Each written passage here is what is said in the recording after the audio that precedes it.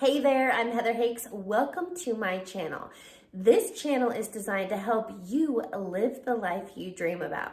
But before we dive into today's video, I invite you to check out my free video training on how to reprogram your subconscious mind. Again, visit my website, heatherhakes.com, and opt into my free video training. You can also click on the link below in the description box. Be sure you're subscribed to my channel so you're the first to know when new videos drop. And I want to know, where are you watching from? Comment below. All right, let's get to it. Let's dive into today's video. Welcome to today's interview. I brought on Kevin Palmieri. Kevin, welcome. Heather, thank you for having me. I'm excited to chat today. Well, it is so nice having another fellow podcaster. So I know this is just part of your wheelhouse, but I'd love for you to give a little background. Where do you live and what do you do? I live in Nashua, New Hampshire. And Heather, as she said, I am the host, the CFO, and the co-founder of Next Level University. I get to podcast for a living, which I'm very, very, very grateful for. At one point, that was just a dream for me. Okay, well, wait, let's just start there. Just a dream for you, because we've been chatting for quite a bit right now, but I truly believe that our beliefs, our thoughts, everything that creates our reality. Are you familiar with Neville Goddard? Mm-mm. Okay, so I love Neville. He was real popular back in the 50s and 60s, but his big thing was that imagination creates reality. That whatever you can vividly, Olympic athletes do this. A lot of athletes do this, right? You visualize and you visually rehearse and you and the brain doesn't know the difference between an imaginal act and reality. So what did you say that triggered all that? Your dream was to be podcasting and now you're doing it. Yeah. I was interviewed on a podcast. And after the podcast, I said to my friend, I said, imagine if you could do that for a living. And he said, you can, right? And that planted the seed in my brain. I went out and bought the equipment. And then, as I told you behind the scenes, when I was 7 episodes in, so for context, we're 975 in. When I was 7 episodes in, I recorded an episode and said, my dream life is to wake up when I want, to go to the gym, spend time with my loved ones, interview amazing people, and just be my own boss. Imagine what that would be like. Emotionalized it on the podcast. Imagine what that would feel like. And then here we are, and that's what I get to do. But I do believe the reason is because I held it in my imagination long enough, where a lot of other things just go away when they don't seem quote unquote realistic. So you had this dream, you created belief, you took action, you stayed consistent. What's the winning formula? I feel like I just told it, but what's the winning formula? Yeah, those are all important. I think for most humans, they have to find the belief or they have to borrow the belief. So I borrowed the belief. I learned the strategy. And then we believe that the mastery formula is you prep, you rep, you reflect, and then you perfect. So prep, you pretend okay, what's going to happen? How do I prepare for the presentation I'm about to put on? Prep. Rep, you show up and you do it. Reflect, you watch your stuff back, whether it's the experience or actual, and then you perfect by making it better next time. That is what we have done every single day for the last 5 years, really. Yeah, that's rad. Well, and one, I love that it's a simple 4-step process, but all of us can use this in any area of our life, right? Yep. Sports, business, going on dates, job interviews, it doesn't matter. So let's say it again: prep, rep, reflect, perfect. So you're being very mindful and intentional.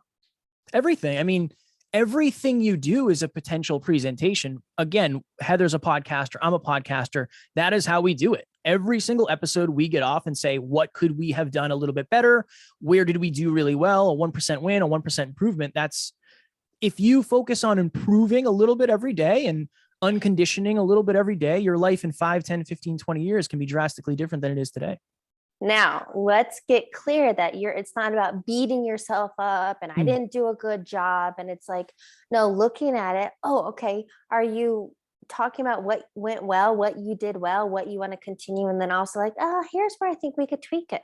Yeah. Grateful ambition is the filter that we try to live through. I am grateful for everything that I have. I'm grateful for the opportunity that I was just on stage, but I am ambitious to be a little bit more polished, or my message land a little bit better, or a more efficient storyteller, whatever it is, grateful, stay in gratitude. Wow. But ambition, I want to get to the next level of my life as well. You want to reach more people. You want to impact. Yes, that's 100%. amazing. So wait, time out, because I mean, you're younger, early 30s. How did you, I mean, this is like a mindset piece of it. This is a lot of self-discipline. You have clarity, you have stress. Where did you get all these tools? The consistency part, I've been lifting weights since I was 16. So I've been lifting weights for 17 years. That'll help you with the consistency aspect. I partnered up with somebody who is very future oriented. And then I think this is where people get held back, Heather. There's 3 beliefs that you must have as a human being. You must believe it is humanly possible. So is it possible as a human for me to run 75 miles an hour? Not yet. Does not exist. It's not possible. Is it possible for you? Can you do it with your circumstances and your abilities? Part 3, will it be worth it? I've always thought this would be worth it. So I was willing to say, like, what do I need to learn? I need to learn about finance. Okay, give me the book, or I'll watch YouTube, or I'll learn math courses. I just think that the answers are all out there, but it's whether or not you're willing to start looking for them. And it really is this simple, Heather. We have focused for the last 5 years, every single day, on just getting a little bit better, 1% every single day. That's it. Like, it's just the compound effect of 975 episodes, however many interviews, hundreds, thousands of coaching calls. It's just the compound effect. So early on, or maybe even sometimes still today, because you are human, what have you done when you have those limiting beliefs, self-doubt? Like, how did you go all in? As Tony Robbins would say, burn the fucking boats. Because a lot of us, sorry, just real quick, a lot of entrepreneurs or starters, like, you get excited. It's exciting, but it is hard and self-discipline. And then, I mean, there are times when I've been like, oh, and then I look at jobs and maybe I apply to some. I haven't been all in because I'm stuck in self-doubt. So how have you come over that? I attached it to something greater than myself. So I just have a big why. Part of my story, Heather, I was a 6-figure earner in my mid-20s, and I ended up sitting on the edge of a hotel bed debating suicide because I was so miserable. I was so out of alignment. I was so unfulfilled. I felt stuck. I felt trapped. I felt hopeless. I felt helpless. When you go all the way to hell no, it's a lot easier for you to go all in on hell yes. And I don't ever want somebody to go through what I went through. I believe that if self-improvement and personal development were more accessible and acceptable by human beings, the world would be a better place. So I can't go get another job, because if I do, I'm not able to do my mission. And like, to your point, my car broke down a couple of years ago. I couldn't get it fixed. It would stall at red lights. We're talking movie stuff, but it was never an option for me to go back, because if I'm not doing my purpose, I'm not that happy. I'm just not as happy as I could be. I'd rather be broken on the journey and in alignment than wealthy and off the path. And miserable. But I think the key word you had, I love that you used there, was it was your mission. This has become your mission and your purpose. And that's something we touched on before we were recording. So let's talk about that, right? Life of joy and happiness. I feel like people market this, but what does it really mean? It means being on purpose, being in alignment. And these are the 2 words that I use with you behind the scenes.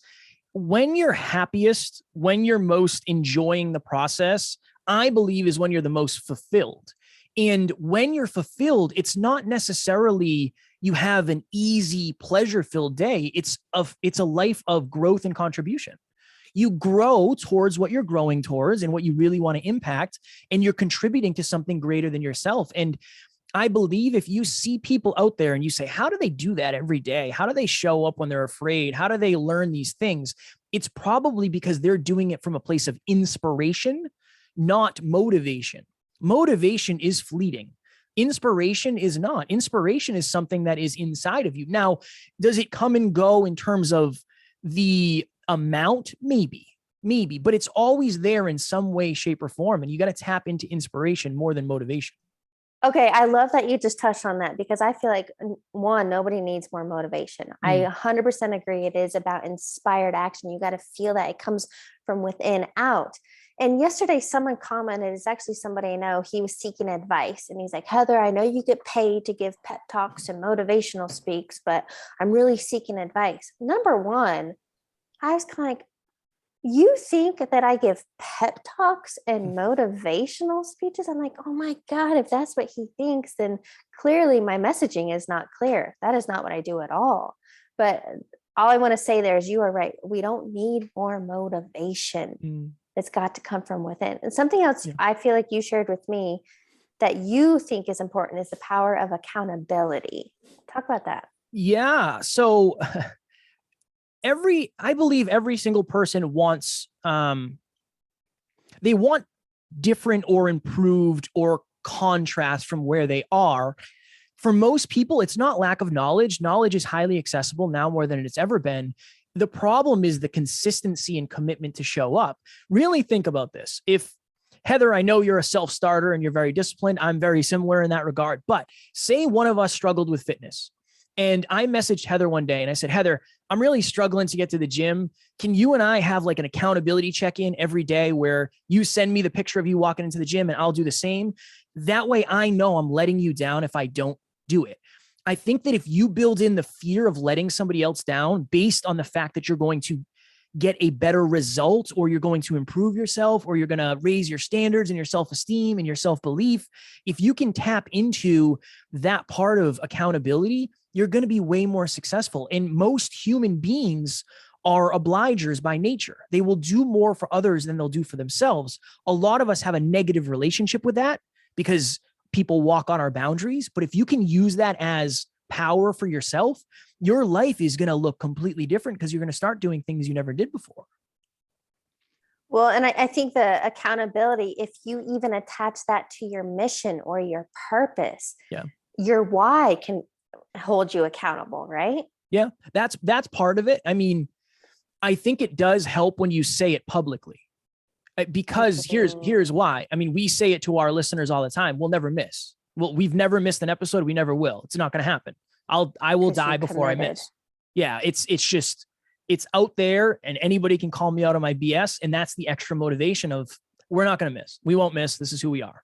Okay. Time out. Now I hear and I get what you're saying. So I want to share a real world example, because I feel like a lot of times in podcasts, they just talk surface level, but I'm like, connect it. I want to hear a real world example. So something I did the end of March. Have you heard of the David Goggins 4x4x48 challenge? Mm-mm.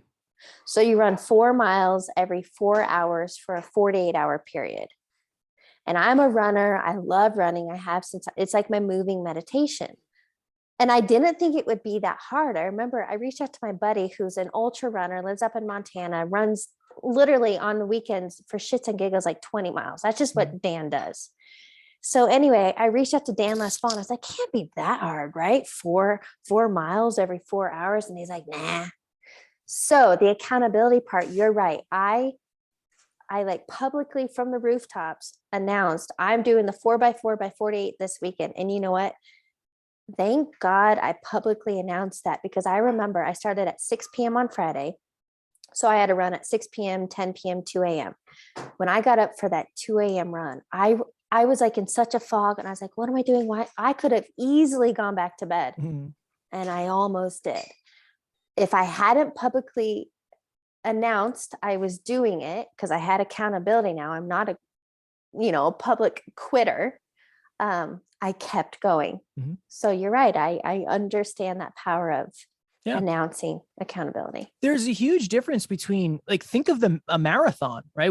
I live close to Boston somewhat. We had the Boston Marathon a couple of months ago. People, if you just said, I'm going to run 26.2 miles 6 months from now, versus saying, hey, I'm collecting donations so I can enter the Boston Marathon. If you're, raising $10,000 to do the marathon, you're going to run that thing because there's so much public accountability. But I think it's a double-edged sword where the same thing that will get you to do it is also very scary of, what if I let people down? What if I look bad? What if I fail? So you really have to get over that fear of failure and say, look, you're going to be way more successful. Even if you screw it up at first, you're going to learn from it and you'll get way further than you would if you didn't have the accountability. Well, and I think that a lot comes down to perspective. I don't believe in failure. I love the acronym for FAIL, first attempt and learning. Even relationships, any relationship that didn't go well, or, I've started many different brands or businesses. I learned from every single one of those. I don't believe any of them were failures. Yeah. But it It's comes only, down. Go ahead. sorry, I was going to say it's only a failure if it's final and you stop and Oh, never ever learn from it and don't do anything. So I 100% agree.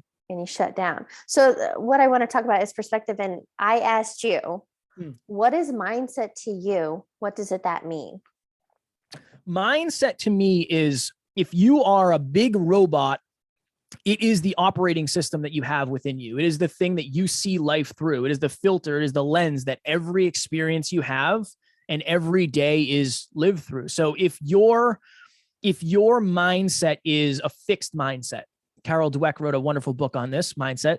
And if it's fixed, that means what is, and there's not a lot you can do about it. You can't really change. You can't really learn that much. If you fail, it's the end of the world. But if you have a growth mindset, you're able to say, you know what? It's not a big deal. I learned so much. I'll get better next time. Just because I'm where I am right now doesn't mean I'm here forever. So I believe that it really is the filter with which you see the entire world from, and you get the results based on your mindset as well. Well, and what you touched on there is having that growth mindset. Something that I live from is curiosity. I'm very curious. What can I accomplish? What can I achieve? And not that I'm trying to prove myself, like I don't feel like I have to be a New York Times bestseller to be a good author. But your big thing on the growth mindset, in order to have that next level in your life, in order to be that 1% better every day, wouldn't you have to have a growth mindset? 100%. And it's interesting because I think that so many of us were raised with fixed mindsets that we end up trying something new and we don't get results, and we wonder why, and we think we're broken, and we think certain things aren't possible for us, when really it is that mindset shift of, when you are filled with a mindset of lack, not enoughness, not possible, you are limiting yourself. So it's like having a car that can go 200 miles an hour, but you have the governor on 100. You can only go half speed. Where if you have a growth mindset and everything is a little bit more possible than it was yesterday, obviously your results are going to reflect that. So what tools or techniques would you want to teach somebody about having that growth mindset, opening the perspective, persevering just one more time, one more lap? Very similar to what you and I talked about behind the scenes, Heather. I had a call with somebody recently and I said, where do you want to be in the future? And she said, here. And I said, where are you right now? And she said, I'm here. I said, where have you been in the past? And she said, I was here. I said, all right, walk me through the different identities of these people. 10 years ago, when you were an addict, what was your identity? This, and this. Right now, what is your identity? This. What identity must you adopt in order to get the life of your dreams? This. I said, notice how your current and your past identity are closer together than your current and your future identity. That's where we need to start unconditioning. So I always think of it this way, Heather. When you are born, you are a seed. And when you are a seed, you are planted in soil that you have no control over. You have no control over where you're planted because you're young and you're just a baby and whatever. That's the way it is. 5, 10, 15, 20 years down the line, you're learning all this stuff. And it's not landing. I don't feel like I'm getting the results I want. I don't feel confident. I don't feel capable. I don't know what the hell's going on. You have to understand that you're taking this nutritious soil from books and you're pouring it on that old toxic soil. And it's not getting to the seed. It's not getting to the root of who you are as a human being. So we have to go into your past. All change comes from the past. And then you bring it into the present so you can adjust your future. So that is always my thought, is how do we get you to look into your past self? Because that is why you have the results you have today. You do not have the results you have today because of what you did yesterday. You have the results you have today because of what you've done over the last couple of years, over the last decade, over the last part of your lifetime. And I think it's so important to recognize that and go there, which is often painful. Or you don't want to admit it. So something Dr. Joe Dispenza says is that your personal reality is created by your personality, and that most people try to create a new personal reality with the same personality. And you're right. So what I did with myself, and this was quite a while ago, I wrote down, I'm like, who have I been? Angry, impatient, self-doubt, inconsistent. Like I got real. And I love writing because I need to see it all. And then I wrote down, okay, Heather, all these things that you want, who would you need to be? Mm-hmm. Consistent, abundant, compassionate, whatever. And it's like, okay, then I got clear. Whoa, I saw the gap. And then, but for me, it is about building that mindset muscle. You have to do the reps. Like, you're not going to wake up tomorrow and just be that person. Yeah. So what do you do to keep yourself forward focused? Because it is easy to look in the rearview mirror. Yeah, I just, to your point, I do think it's the reps. You just have to show up. So many of us associate our performance, or maybe not even the performance, but in this example, if you show up and you have a bad quote unquote performance, then you feel bad about yourself and you say, I can't do this because I had a bad day today. When then you have to check in with the growth mindset and say, no. What did I learn? What did I actually learn from today's performance that I can perfect next time I go? As I've gone, I've adopted more and more and more and more of a growth mindset. And Heather, it took me 150 podcast episodes to feel confident. I remember when it crossed that threshold, I was like, whoa, I can actually do this now. This is awesome. And same for speaking, same for coaching. Most people tap out long before they cross the chasm from competent or incompetent, quote unquote, to competent, at least feeling that way. When if you just kept going, you'd learn the things. I always use the video game analogy. On the first level, you might find a hammer in a video game. You might not use it in the second level or the third level or the fourth level or the fifth level. When you get to the sixth level, you're going to say, oh my God, I need this hammer. Good thing I kept going. Good thing I hung on to it. I think life is very similar to that. Okay. So first of all, I appreciate you being transparent and sharing that, because you said you're on episode 975 and it took you 150 episodes, which I know that is a shit ton of work. Took you 150 episodes before you're like, oh, I got the hang of this. Yeah. I've got this. And I want to share with you kind of the same. I remember my early podcast sucked, but I got started, and I remember I didn't know what the hell I was doing. I used to write out a script or type it out. And then I used to do it from like my MacBook, GarageBand. That's where I would record, because that way I could like read it, but I tried not to sound like I was reading it. So anyway, the point is, look, we both didn't know what we were doing. We just got in there, started taking action, and we figured it out along the way. And at some point we created confidence and belief, and we just keep going. Mm-hmm. What if, this is the question I would ask to anybody out there watching or listening. What if the only thing stopping you from getting to where you want to get to is belief? Because if you believed it was possible, you'd start to learn the right things. That was my biggest thing. And that's why I'm so passionate about it, is I did not believe in myself. I might seem like a confident human being now. I still have my days and I'm still not as confident as I'd like to be, but the reps, the competence help you build confidence. When I first learned to drive, I was not confident in my ability to drive, but 15, 16, 17 years later, I can do it with my eyes closed, not safely, but I can move the car with my eyes closed. And I think life is that. That is a good example for life. You become more confident as you practice something more, but you got to get through that chasm of potentially sucking. Just know that you will suck less later. One of my favorite quotes, Heather, that is the worst you'll ever do it. Oh, that is the worst you'll ever do it. This is the worst episode I'll ever do. Up like right now in this moment. Tomorrow I'll be a little better. The next day I'll be a little better. In this moment, this might be the worst I'll ever do. That's okay. That's all right. I love that. Okay, here's wow. This is something I just wrote down. Are you familiar with the 80-20 rule as it relates to mindset? I don't know if it's to mind. Is it Pareto's principle? Well, this one is about any success in life derives from 80% mental or psychology, 20% mechanics or strategy. And I've actually heard somebody else phrase it as more like 90-10, 90% belief and mindset, 10% strategy mechanics. What I want to share with that, and I wonder if you experience this, especially in podcasting. I went all in my business and website early on. I went all in with strategy, setting up offer, figuring out copy, funnels, all that BS. Mm. but I did not have belief. I sat in a lot of self-doubt. I experienced a lot of imposter syndrome. Who am I to do this? And now I realize, again, hindsight 2020, had I first worked on the mindset piece of it and really created belief, that mission driven, that mentality that you talked about, had I gone all in on that first and then figured out strategy and the how to, I feel like I would have been way further along. Yeah, I agree 100%. You can have the best strategy in the world, but if you don't believe it'll work, it doesn't matter. And I think the other part of it too is, in a weird way, you can't really build a successful strategy without a successful mindset because you don't have the right filter to look through.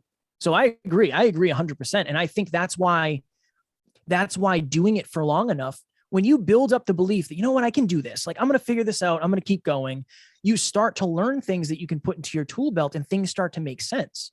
If we stopped 149 episodes in, Heather and I wouldn't be talking today because I would assume I couldn't be a podcaster. Now, since I have the belief, I can strategize, right? I am heavy into strategy now because I have the belief that either way, I'm going to continue going. The strategy is not necessarily the thing that'll make or break me. It will help me in some way, shape, or form, but it's because I have the belief that I'm going to do this long enough for it to matter anyway. You know what else? Something, and I want to hear your perspective or what you've done, but something that helps me is if I'm feeling that self-doubt or whatever, and I don't think it's possible, if I find evidence of somebody else doing it, it's that whole 4-minute mile principle. Somebody else did it. Now I can create belief. I can do it too. So as an example, Sarah Blakely, love her, founder of Spanx, self-made female billionaire. If Sarah Blakely can do it by simply wanting to support women, literally with undergarments, and doing something she loves, or find another podcaster, or find a blogger, or find whatever the thing is that you're interested in, find evidence somebody else did it to help you create that belief, and you can do it too. Yep, 100%. I think that people compare them. So we hear people oftentimes say comparison's a bad thing. I think unmeasured or undirected comparison can be dangerous. I think people compare themselves to a couple different versions. If you lack confidence, you probably compare yourself to the average, whatever the average in your industry is, average, whatever that means to you, whatever the average is. If you have a relatively high level of self-belief, you might compare yourself to the best in the world. If you are somebody who believes in yourself 10 out of 10, you compare yourself to your potential. That way you're always comparing to something, that you're going to be stretching for. So to your point, I think it depends on where you are. If you're really struggling, compare to the average, because guess what? You might be doing better than the average, right? Yeah. How many podcasters have 100 episodes and say, oh, I suck? No, you don't. Compared to the average, you made it 79 episodes further than most do. Awesome. Us, I'm comparing to the best. I want to compare to the best, the most listened to, the most monetized podcast. I want to compare to that. The next step in my evolution is comparing to the maximum of me. What can I do? What does my peak performance look like? What does my maximum potential look like? That way you're always having something to aspire to. But curious on that, since we've never been there, if you're aspiring to be that next level, that next version, that whatever, but you've never been there, how can you even think that big? It's very difficult. I don't have that. That's not a thought process. I have, my business partner has that. I think that's reserved for very, very, very, very few people. The visionaries, the Elons, the Steve Jobs, the Jeff Bezos, that kind of person, they can see something that does not yet exist. I am not that, full disclosure. I compare to the best in the world because I want to know where the ceiling is and where the floor is. That's something I always say is, where's the ceiling? Joe Rogan. Where's the floor? Me, episode 7, that's kind of the floor. Where are we in the grand scheme of things? We're way closer to the ceiling than we are the floor. Okay, cool. That helps me build belief. So to your point, I look at the proof, but so many of us look at proof that doesn't even exist anymore. It's like, well, I remember that last speech I gave 5 years ago really sucked. It's like, well, yeah, so what? You're 5 years older. You're 5 years more capable. You got to look at the new proof, not the old stuff. Yeah. You know what else I talk about often is letting go of what is. Because I feel like what people trip up on is they keep telling the same story of what's not working, or they're not good enough, or it's never going to happen for me. So what is something that you would suggest for somebody that has that negative feedback loop that's keeping them stuck? Again, look for the proof. But so this is a challenging one for me, Heather, because Alan and I, my business partner, we were at a mansion in California interviewing somebody, and they started talking about business. And this person was talking about Tony Robbins. He was on Tony Robbins' jet. Alan's pitching and catching business. And I got super insecure, so insecure. I shelled up and I said, I don't want to be here. This is terrible. And I said, Alan, I don't feel good enough. I don't feel smart enough when it comes to business. And Alan said, well, what if you're just not yet? What if you just haven't studied business enough yet? That was the journey to me, focusing on learning every single day. So I want to make this a positive spin. There's a possibility that you aren't there yet. And that's empowering, because that means you can actually get there. It doesn't mean you can't ever be there just because you're not. It means maybe it's time for you to focus on that leverage point. If you don't understand business, when's the last time you read a business book? If you don't understand wealth, when's the last time you read a wealth creation book? I think it's empowering to realize, oh, I've never studied it. That's why I don't know it. Okay, let me go study it and get better. So that's my frame all the time is, how much have you studied it? Have you studied podcasting as much as I have? No. Okay, cool. That's a good empowering thing for you to do. You can change your behavior now. Okay, I want to share this. It's kind of in line, but Pam Grout, she's one of my most favorite authors. She's really big into quantum physics and manifesting, whatever. But I heard her talk last week and I wrote it down on this piece of paper. And what Pam said is an easy reframe when we're stuck in that negative story is break it. And you say, up until now. So whatever your story is up until now, because it's like, oh, that creates a stop and now a fresh start. Now what's possible for me? So I love that. Thank you for sharing. Of course. So what I want to know, ultimately, oh, wait, no, time out. I asked you what your billboard message to humanity is. Yes. I'm going to butcher it. So could you tell us something about your reality? Your reality becomes the parts of your imagination you hold on to the longest. We, as you said, and again, we had a good conversation before we started this. When you're young, anything is possible. Anything is possible because your imagination runs wild. But as we get older, people say, you can't do this, be realistic, you got to do this, blah, blah, blah. You start to lose those parts of your imagination. But I believe that your reality, your future, is going to become the parts of that imagination you hold on to the longest, because those are the things you're going to stay focused on for the longest. When you lose your imagination, you lose focus. And then you just start living by accident versus on purpose in alignment. That's what I call going on autopilot or, going through life's motions unconscious. 100%. I've been there. I lived the first 25 years of my life that way. So I'm very familiar with living unconsciously. So curious, what are you doing now? As an example, like what are your daily rituals? Is it a morning routine? Is it evening routine? How are you being mindful and intentional? So I live in spreadsheets. As I said, I'm very strategic now. So I do 21 habits a day, every single day. I haven't missed in however many months. So that's like, I am just very hammer the things that matter. But again, I think this is an important thing too, Heather. Where my day-to-day is set up based on where I want to be in however many years. And our goal is to have the most successful podcast in the world in terms of self-improvement. So we want to have a multi-billion-dollar company and so many amazing things. This is what we've determined that it will require or will be required of me to do that. You don't have to do that. You don't have to do that if you're out there, because maybe you're not trying to quote unquote change the world. And that's really what we're playing for. So the things that keep me on and in alignment are me checking the box every day. I understand that's very masculine and might seem very restricting to a lot of people, but for me, it works really well. And it's helped me make tremendous progress in the last 5 years. What do you think the top 3 out of those 21 daily habits?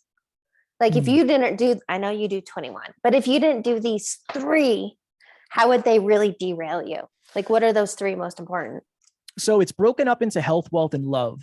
So I would say tracking finances. If you don't track your finances, you are not in as much of a position of power as you could be. So tracking finances, I track the business finances every day. I would say tracking my weight, because again, health, wealth. And then every single night before I go to bed, my partner and I say the gratitude game. Like, what are you grateful for? What am I grateful for about you? I track that every day as well. So if I didn't do those three things, nothing else would matter at the level it does, for sure. For sure. I like that you touched on gratitude, because I remember back when I was in corporate, on a whiteboard in my office at the very top said, have an attitude of gratitude. Mm-hmm. Yep. And I love how, I think it's Dispenza that says it, that gratitude is the ultimate state of receivership. Yeah. So that's really important. Okay. I want to ask you, because I feel like we've touched on a lot and I feel like we barely got started. What is a key takeaway you want listeners to get? I really think that if you are capable of taking a step back and realizing that the results that you have gotten in your life are directly correlated to your conditioning, part of it allows you to take a little bit of ownership off, right? Like maybe the cards were stacked against you and you have to do a lot of unconditioning before you can start achieving the things that you want. That you really, really, really have to look into your past. I know we all want a bright, bright, bright future and we want amazing things in the future. For most people, getting what you want in the future is going to start with you looking at the things you don't want in the past. And that would be the thing that I would really lean on most. Yeah. I agree. And it is really understanding. I think for me, ultimately, it just comes down to awareness, and there's no guilt, there's no blame, there's no shame. It's just becoming aware of your habits and your mentality, and realizing, I mean, I am so fully immersed in understanding the subconscious. I love Dr. Bruce Lipton. He really teaches this biology of belief. Mm-hmm. And there is no blame, but once you know, the whole knowledge is power. I think applied knowledge is power, but once you know, then do better. Mm-hmm. But now that you know, it's like, okay, take the time to self-reflect, to get clear on what you want, to unlearn all that BS belief systems, and choose again. That's my big thing. Yep. 100%. You can't, it's very hard to do better if you don't know better. Yeah. It's very hard. If you don't understand why you're doing what you're doing or how to do better, it's going to be very hard. But when you get in between there, when you learn, to Heather's point, a lot of us go guilt first. I shouldn't have done that. I wasted so much time. Yeah. You can't focus on that. You didn't know. You just didn't know. When I was a baby, I probably walked into a bunch of things because I just wasn't aware that the TV was going to crack my head open. Now I don't do that anymore. Lesson learned. And I think awareness is always the first step. Awareness first. Yes. Okay. For time's sake, I'd love to wrap up the interview. So the first question I have for you is, what is a quote or motto that you live by? Oh, man. I will say the biggest difference between who you are and who you want to be is your habits. And I'll add to that in this interview is your conditioning and your habits. Yeah. Yep. Couldn't agree more. I've been talking about habits a lot lately, so that's on point. What is a book you're currently reading or highly recommend? Mindset by Carol Dweck. Great, great, great book. If you're in business, Business Made Simple by Donald Miller is a world-class business book. And final question. What advice would you give your younger self? Oh man, Heather, hit me with it. I would probably say it's not your fault. Growing up without a dad, growing up without a lot of money, it's not your fault. These are your circumstances. These aren't necessarily things that you created. I think that would have helped me. And practice forgiveness. When you feel comfortable and confident enough to practice forgiveness, because holding grudges against people hurts you more than it hurts them usually. Yes. And what a great note to end on. Kevin, thank you so much for joining me. Of course, Heather, I appreciate you. Thanks for watching today's video. I want to know, what was your biggest takeaway? Comment below and let me know. If you liked this video and it resonated, give me a thumbs up and make sure you're subscribed to my channel so you're the first to know when new videos drop. I'll catch you on the next video.